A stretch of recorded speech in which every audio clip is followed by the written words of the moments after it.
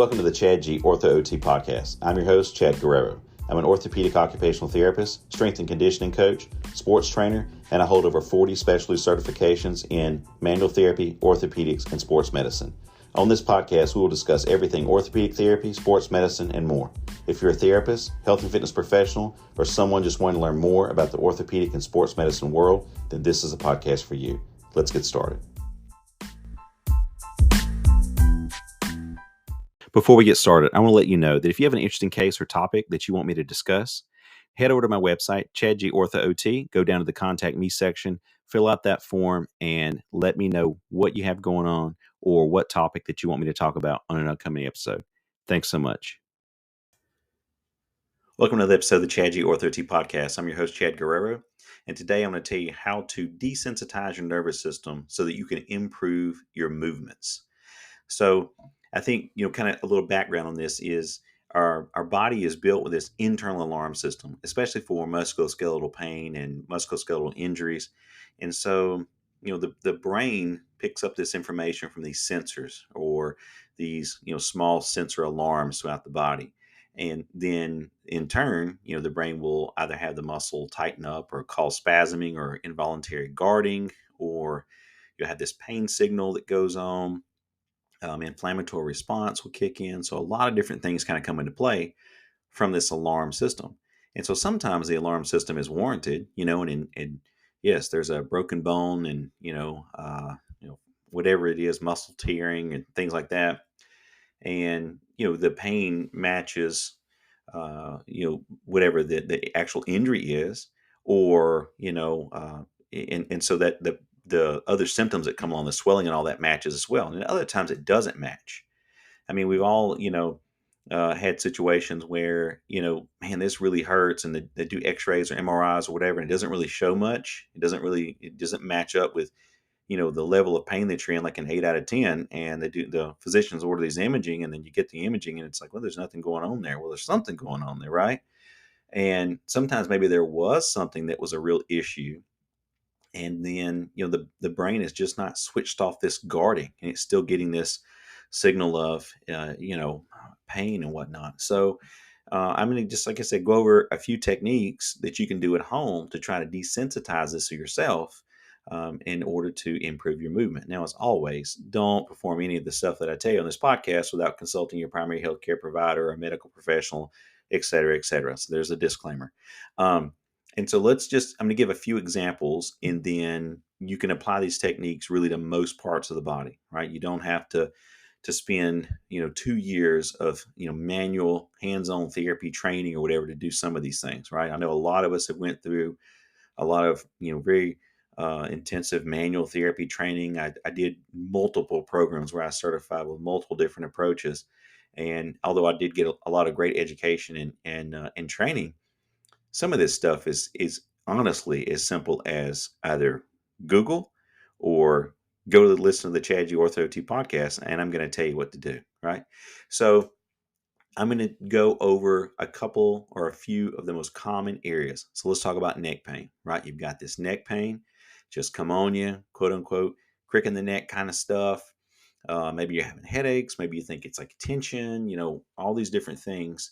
And you don't really know which one it is. And so your neck is stiff. You can't turn your head and neck. You can't look over your shoulder in your vehicle, or if you look up or you look down, you get dizzy and it's very stiff and all these kind of things. And so something that you can try, that's very, very simple is obviously things like, the basic, right? Using a heating pad or ice or whatever, those types of things.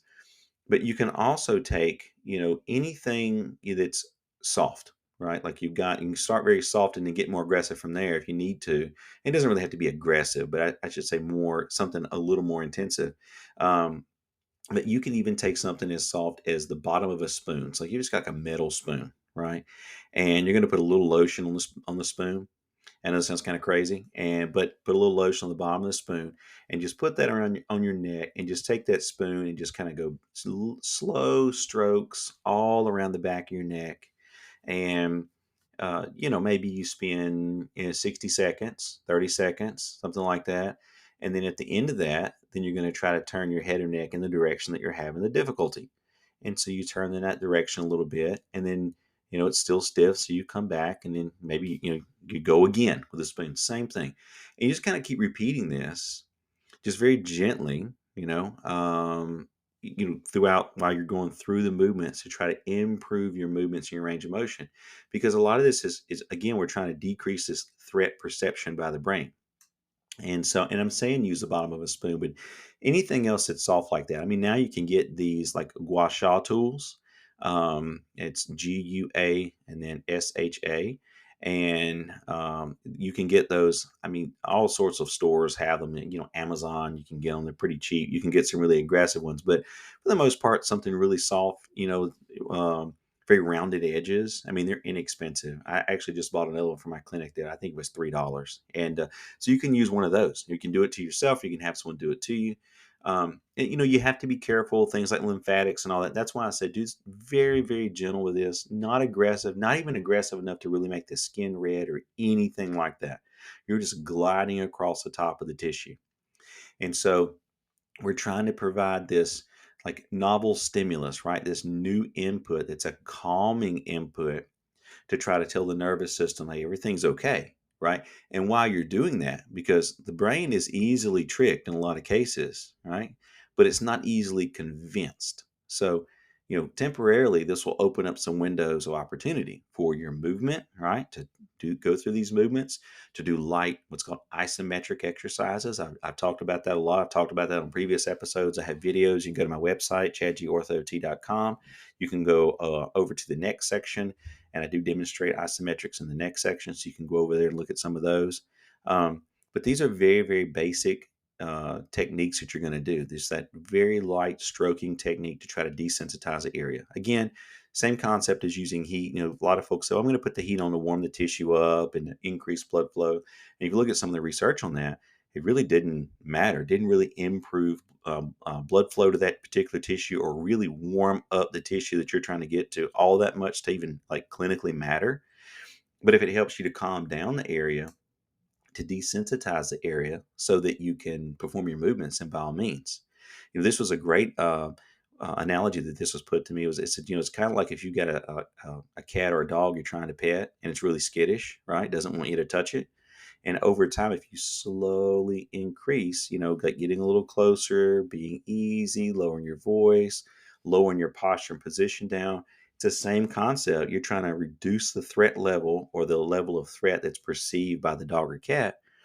Then you can get close to it and eventually you can pet it and it's no problem. So it's the same kind of thing. Eventually you can get to that range of motion. You just have to ease into it with some of these desensitizing techniques. Even people doing something as simple as, getting those myofascial, like those myofascial balls or those myofascial rolls and putting that on the neck, just lie on the floor.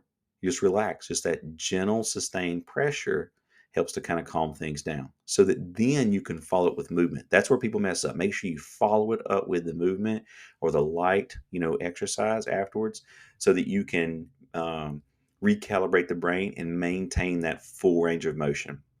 Right. So, and this is also the same thing.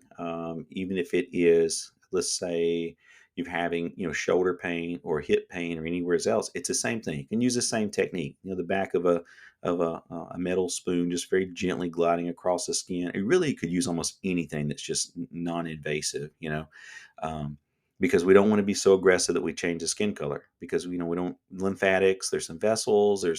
There are issues, people with varicose veins and history of blood clots and all these different things. So, and skin integrity issues, obviously, if you have skin integrity issues, very thin skin and it tears easily, you want to be very, very careful. And maybe this is not even the treatment that you should do. Again, you want to talk about all this stuff with your doctor before you start any of it. But when you're having those limitations of range of motion and you don't try to push your body into maximizing that range of motion, then you're going to lose that range of motion. And then the brain is going to learn that anything outside this very limited range of motion that you've been in is abnormal and maybe it's harmful, it's a threat level. So if you try to move out of that, bam, it kicks in muscle spasms, all those types of things. So reducing the perception of threat is the most important thing when you just have just that chronic stiffness or nagging pain or an irritated joint a little bit by not moving at all. you're kind of setting yourself up for this cycle of limited range of motion, muscle spasms, tension, pain, inflammation, and then just kind of keeps making this circle. So you want to try to break that cycle. And so again, using just heat or little myofascial tools that you just kind of lie on, things like that. They're all over the internet. They're pretty cheap. Or those gua sha tools, those work really, really well. Now, not the metal ones. I mean, you can get the metal ones, but some of those kind of get aggressive. So I have those too. But we just want to be very gentle across the skin to try to desensitize the area to bring the threat level down to allow you to move. So I hope that makes sense, and I hope that helps someone who's having some trouble with whatever part of the body it is, or limitations with range of motion, or stiffness, or you have pain at the end of your motion.